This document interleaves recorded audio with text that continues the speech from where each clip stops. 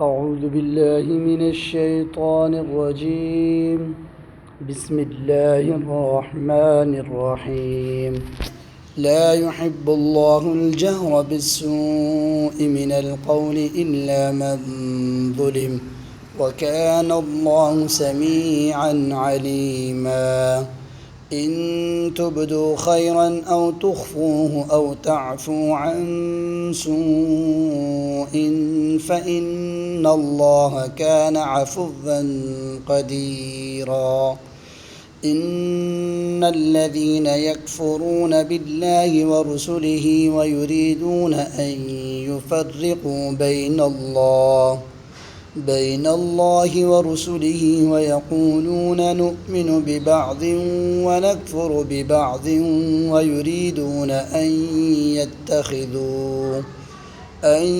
يتخذوا بين ذلك سبيلا. أولئك هم الكافرون حقا، وأعتدنا للكافرين عذابا مهينا.